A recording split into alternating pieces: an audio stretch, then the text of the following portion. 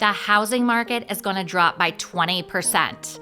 Realtor.com just published an article called "No One Wants to Catch a Falling Knife: What to Expect in the Housing Market for the Rest of 2022." And reading it, one would come to the conclusion that the sky is falling. Well, maybe it is, but don't expect it to be the same here in Charlotte as it is in other places. I'm Becky McCulley, a local realtor here in Charlotte. There's all this confusion in the media, and I want to talk about what is really happening in the Charlotte housing market in the context of what is happening nationally. Mark Zandi, the chief economist at Moody's Analytics, expects prices will fall nationally by about 10%.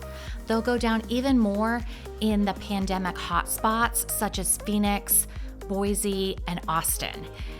He goes on to say that the markets that got the most juiced up during the pandemic are the markets that are going to experience the biggest declines going forward. However, it's important to put any price decline into perspective.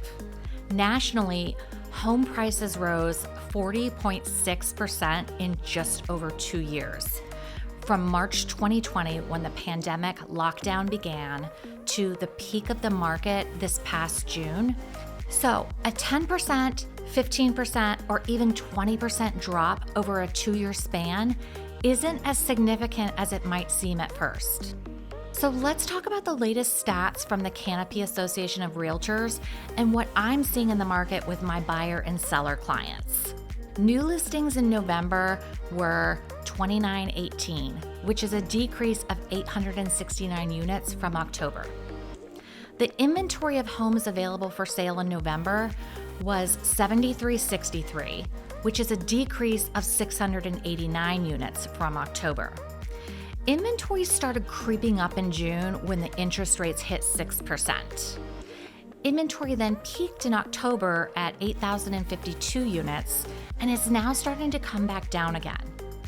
If you look at the inventory trends, you can see that our inventory is similar to what it was back in November of 2020. Real estate has seasons, and inventory tends to increase during the winter months of November, December, and January. We still have less inventory today than we had in November of 2019.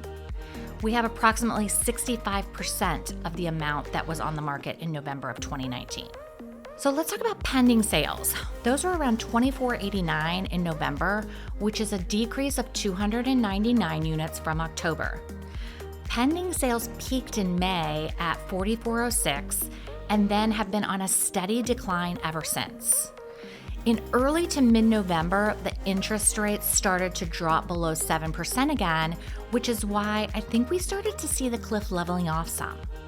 If you compare the new listings each month to the pending sales, you can see that most of the new inventory went under contract in that same month.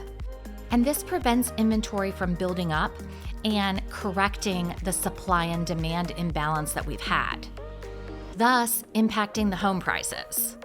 This is one of the main reasons that the Fed felt it had to raise mortgage interest rates, because demand is still there due to the inventory shortage. The other lever to adjust was the cost of borrowing to hopefully slow down the unprecedented price appreciation. List to sales price percentages are still strong at 97.3%. Again, this has been on a steady decline from the peak in April of 102.5%. As you can see from this metric, people are not giving away their houses. This is not a fire sale.